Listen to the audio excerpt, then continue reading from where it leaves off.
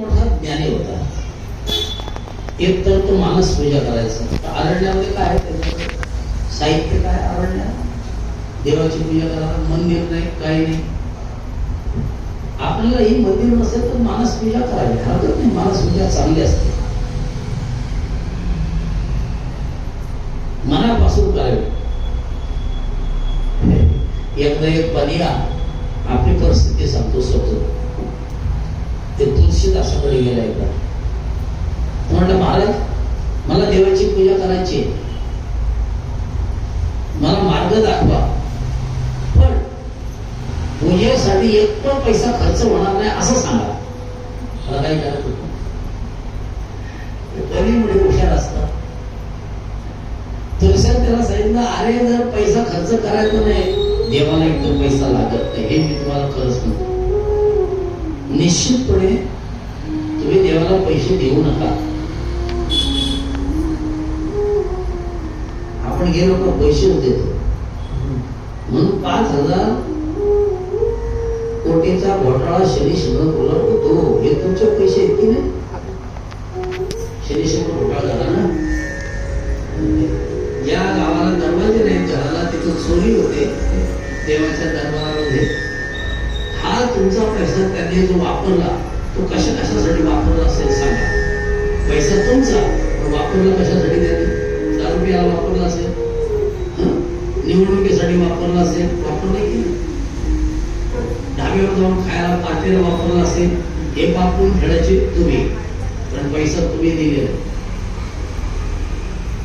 आमच्या धर्मराजाने एक कोणी त्याच्याकडे आला, गरीब होता बिचारा. म्हणला राजा गरीब आहे, मला काहीतरी दे. धर्मराजाने त्याला 50 पैसे दिले. मी त्या काळात ते सांगतो. ते सोन्याची असायची तेव्हाची नाणी, आपल्यासारखी आता लोखंडाची नाही. आपली सगळी लोखंडाची नाणी, नाहीतर कागदाची. त्याने ते नाणं घेतलं, बाजारात विकलं आणि त्याच्यापासून तंबुसाचा धागा विकत आणला प्लास्टिकचा.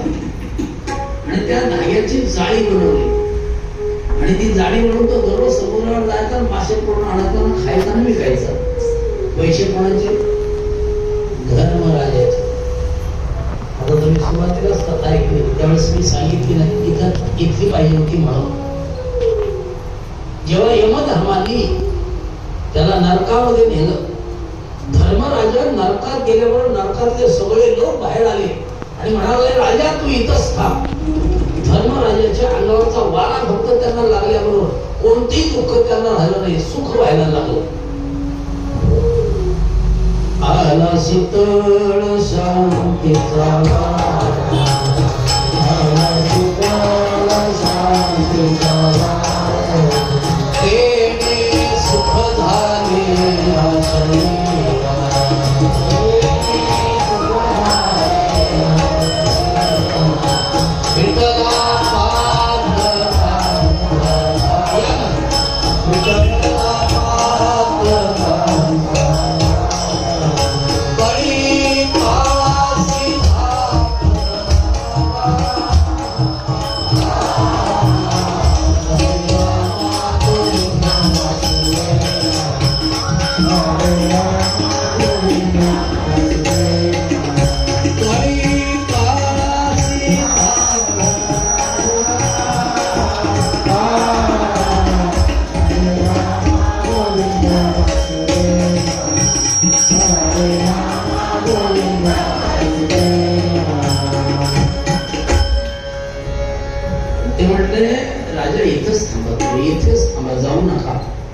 तुमच्या अंगावरचा सहज वारा आला तर आमच्या यमाने दिलेलं, यमदूतात दिलेलं दुःख पेळण्याची शक्ती आमच्यात येते. म्हणून धर्मराजा बोलला त्या यमदूतांना मला इथंच ठेवा नरकात, मी नाही जात स्वर्गात. नाही म्हणे अजून एका ठिकाणी तुम्हाला यायचे. हे सगळे तुमचे भावंत आहेत आणि विशेष भावंत त्या शेवटच्या नरकाच्या कूपामध्ये तो दिसतो. शेवटचा 27वा कूप आहे, त्याच्यामध्ये दुर्योधन नाही. चला त्याला भेटायला. धर्मराजा धावत निघाला. माझं दुर्योधन नरकामध्ये तो मग वर निघालाय. बघितलं तरी ते असं दुर्योधन वर निघाला. हा धर्मराजा आलाय असा वर. धर्मराजा असा पळत निघाला, त्यांनी खाली डुबकी मारली. तसं तसं धर्मराजाने असा हात घातला, त्याला पकडायला गेला, भेटला नाही, तो गेला नाही. यमदूत म्हणले तो नाही भेटणार तुम्हाला इथं का आणलं तुम्ही? जर माझा दुर्योधन हित आहे, त्याला मला स्वर्गात द्यायचंय आणि तुम्ही मला इथं का आणलं, मग का सांगितलं? मग त्या यमदूताने त्यांना सांगितलं, ऐका ना राजा, तरी तुम्ही या हाताने 50 पैसे एका कोळ्याला दिले. कोळ्याने त्याचा धागा आणला, त्याचा एक मोठा काय बनवलं, मासे पकडण्याचा जाळा. तो मासे पकडायचा, खायचा, विकायचा, पण पैसे तुमचे होते. हे तुम्ही दिलेल्या पैशाचं तुम्हाला फेड करायची होती. या तुमच्या हातातून पाप झालं, कारण नरकात घालायचंच होतं. हा तुमचा हात एवढा मी नरकात घातला. आता संपलं, चला आता स्वर्ग. कठीण आहे बरोबर, सोडणार आहे बरं आपल्याला. किती जपून असेल ते मला सांगा तुम्ही. तर हे आहेच मुळात त्याचं ते एक वैशिष्ट्य आहे बरं का. तो म्हटलं चला मी आता इकडे येतो तुमच्या.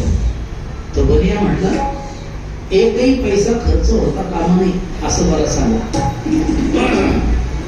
तुळशीदास म्हटले मी तुला विदाऊट पैशाने जी करायची, मी हा दृष्टांत कशासाठी दिला तुम्हाला? पैसा आला ना तिथं म्हणून तुम्ही पंढरपूरला गेला का पावती फाडता, तुमच्या देवाला जाऊन पावती फाडत होता. तुम्हाला फाडायचं आहे ना, इथं आपला काकडा जातो का नाही, मग काकड्याला फाडा ना, हे पैसे फुकट जाणार नाही. यांची मंडळी पैसे खाणार नाही तुझे.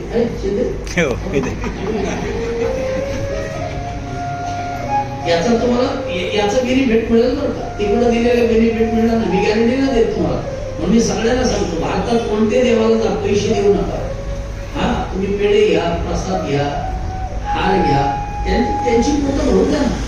देवाला पैसे टाकू नका. फक्त बाहेर हार घ्या, ते नाही की देवाला देत, पण त्याचा संसार चालेल.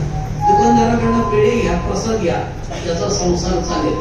हे काही वस्तू आणा, ते करा ना तुम्ही. देवाकडे काय पैसे देत आहे तो? देवाला पैसे लागतात का कधी? मला काही डोकं चालत नाही, हे लोक असे का करतात? चला सांगून पण ऐकायला तयार नाही. त्या मोठ्या देवाला गेले तर ते दागिनेच टाकून येतात त्या झोळीत. काय करा शेरडीला नाही, तिरुपती बालाजी नका टाक. चल बघा, जमलं तर ठीक आहे, माझं काय म्हणणं नाही. तुम्हाला जमेल त्याप्रमाणे करा. त्यांनी सांगितलं विदाऊट पैशाची पूजा सांगतो. म्हणजे काय करायचं, मनाने संकल्प करायचा. मी आता गंगेवरून पाणी आणलेलं आहे, त्याला तापवलेलं आहे, मी आता देवाला पाठावर बसवलंय, मी आता त्याला आंघोळ घालतोय. मला समजा सुरू करायचे ना, त्याला काय पैसे लागतात सांगा. आता त्याला मी पुसला, आता त्याला कपडे घातले, आता मी त्याला गंध लावतोय, आता त्याला मी आरसा दाखवला, तेव्हा मग कसं दिसतोय, हे कपडे चांगले नाहीत का, मग दुसरे घालतो, दुसरे घाला कपडे, त्याला अत्तर लावा, त्याला जेवायला घाला. सुंदर बनवलेला आहे प्रसाद, तो प्रसाद मी देवाला देतोय. ही सगळी माणूस पूजा करत राहायची. किती पैसे लागतील? पैसे लागतील किती? कशालाच पैसे लागणार नाही. दक्षिणा दिली, मनातच म्हणायचं 1001 दक्षिणा दिली, मनातच म्हणायचं देवाला दक्षिणा दिली. हे सगळं असंच करायचं. तुळशीदास पुढे कोणाची पूजा करणार? तुम्हाला मला गोपाळ कृष्ण फार आवडतो, मी त्याची पूजा करतो. मग तुम्ही आता यमुनेचं पाणी आणतो म्हणा, देवाला यमुनेचं पाणी फार आवडतं, असा संकल्प करा बरं तुम्ही. मग त्यांनी केली ना, आणि पुढे म्हणायची मंगल असं. सगळ्या आपण काकडा करतो, काकडा करून देवाला उठवतो का? प्रभू परमात्मा उठले तर आपण सगळ्यांना उठवतो. चला उठा, सगळं उठा आता सगळ्यांनी. देव आता उठले, आता तुम्ही सगळ्यांनी उठवा. मग त्याला काकडा घेऊन जातो, सहस्त्र दीपे सुरू झाले आपले. पुढचे सगळे आपण लाजले आहे, त्या सगळ्या पद्धतीने देवाला आपण उठवतो. आम्ही देवाला उठवलेले असं म्हणा. त्याच्यानंतर त्याला प्रसाद. यशोदा तर त्याला लोणी खडी साखर खायला घालायची. तुम्ही सरळ लोणी साखर खडी साखर खायला घालावं का? यशोदा काय म्हणायची माहिती का लाला, हे लाला तू खायचं नाही ना, खडी साखर खायचं नाही, लोणी खायचं नाही. चोरून घ्यायचा, मुलांना द्यायचा. पण आईने दिला का नको म्हणायचा. तो आईला म्हणायचा मला ते नको, मला तू दूध पाज अंगावर. असा तो हट्ट झाला ते यशोदेकडे. यशोद म्हणजे लोणी खा, आणि लोणी खाशील तर बापासारखी शेंडी तुझी लांब होईल, अशी यशोदा म्हणायची. त्या मनीला म्हटलं तू पण असं म्हण बरं देवाला, देवा लोणी खा, साखर खा, तुझी शेंडी लांब होईल. तुळशीदासने सांगितल्याप्रमाणे हा बलिया देव मानस पूजा करायचं बरोबर.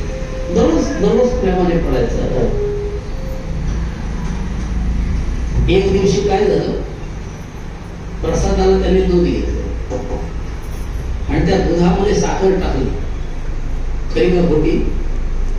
अहो खोटी टाकली ना, खरी खोटी मानस पूजा चाललेली आहे ना.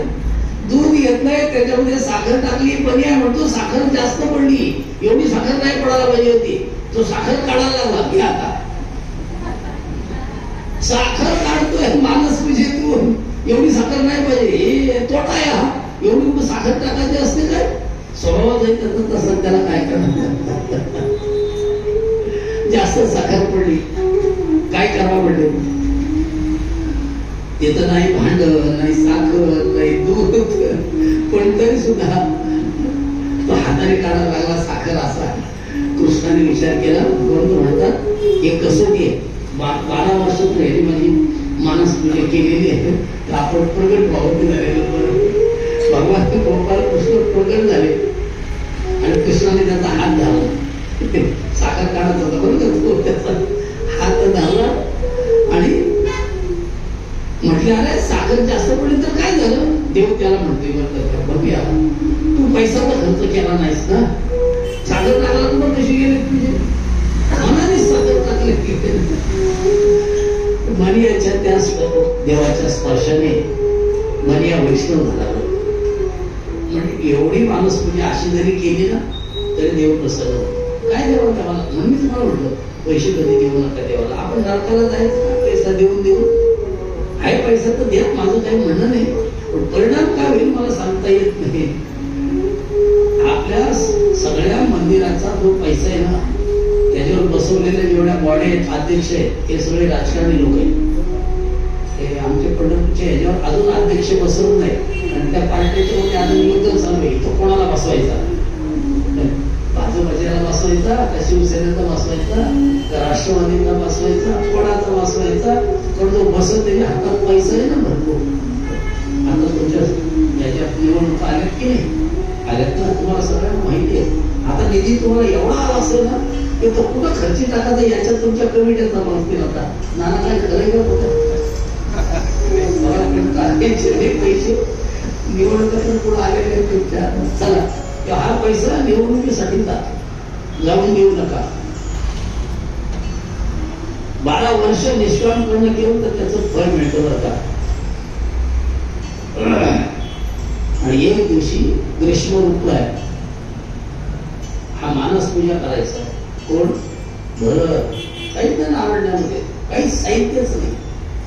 म्हणजे 12 वर्ष नित्यनेमाने मानस पूजा केली. एक दिवशी असा उभा आहे, तिथं हरिण बाजूला उभं आहे. ती हरिण गर्भवती आहे आणि एका सिंहाने त्या हरिणाला बळीतेने पकडले. माग नाही होत, हरिण घाबरला, जोरात उडी मारली. त्या उडीमध्ये ती पाण्यात पडली, पण तिच्या पोटातलं गर्भ पाण्यात पडलं. सिंह तिला घेऊन गेला. भरत राजा पाहतोय त्या हरणाचं छोटंसं पिल्लू असं वाहत वाहत वाहत वाहत त्याच्या जवळ आलेलं आहे.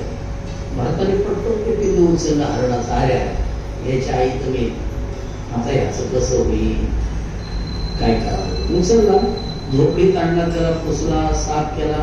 इकडं भटक तिकडं भटक, तिकडे जा, दूध शोधून आण, त्याला दूध पाज, त्याला वाढव, त्याच्यावर लक्ष ठेव. असा ध्यानाला बसला ना तर तिथे हरिणाचं उडायचं, बाहेर जायचं. हा लगेच ध्यान सोडून द्यायचं. भरत राजा त्याच्याकडे पडायचं. याला कोला खाई, याला कुत्रा खाई. आता मला अख्खा संसार सोडला, मुलं सोडली, राज्य सोडली, आणि हरणाला पाळण्यासाठी ते येऊन बसला. आता घ्या, आम्ही कुत्री पाळतो, मांजरी पाळतो, आहे का नाही? अरे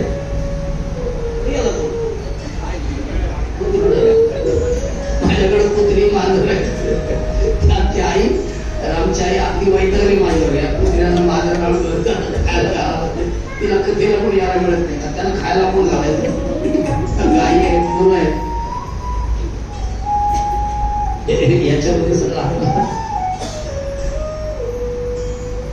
कशी भरत राजावर जाण्याची वेळ आली.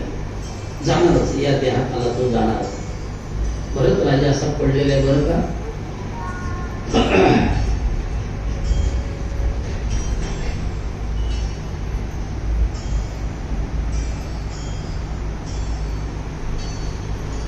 भरताच्या मनामध्ये त्या दुर्ग पाडसाने घर केलं.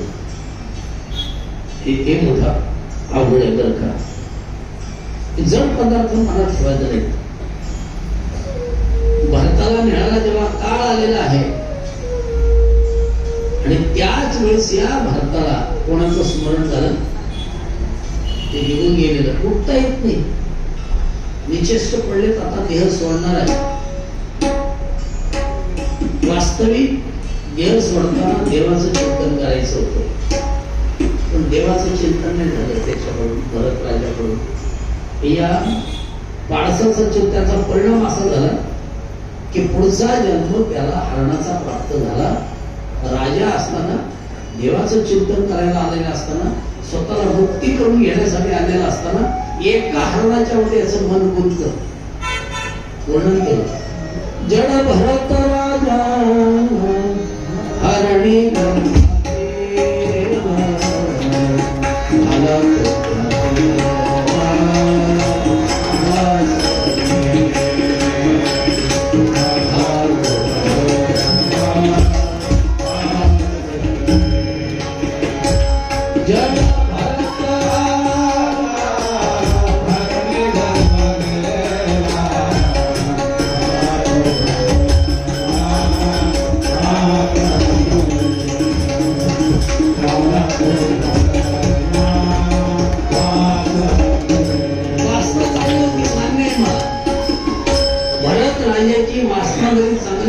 तरी संसारातली वासना असल्यामुळे त्याला पुढचा जन्म मनुष्य असताना सुद्धा शेवटच्या क्षणाला फसला.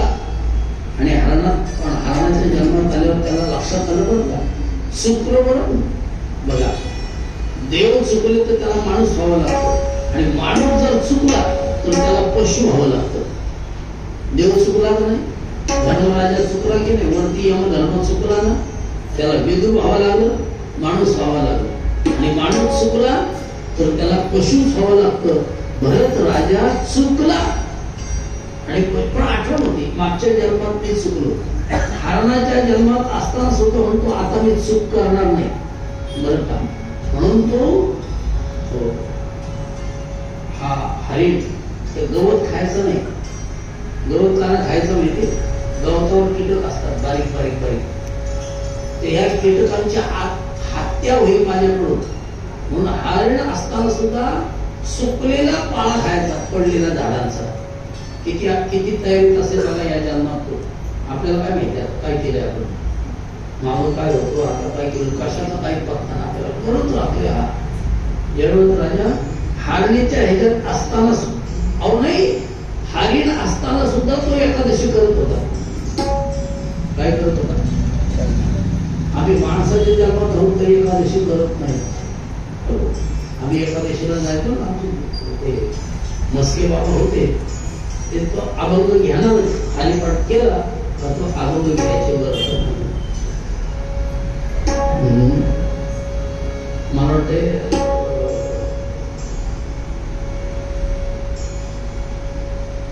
धैर्याने 15 दिवस एक एकादशी,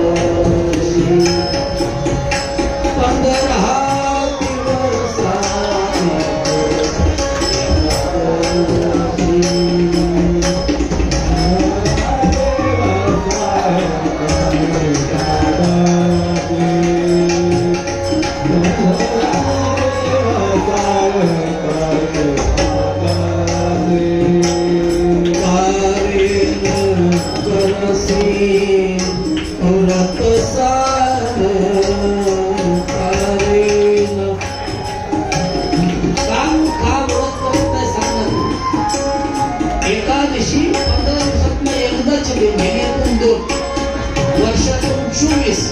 आणि अधिक मास आला तर आणखी 2.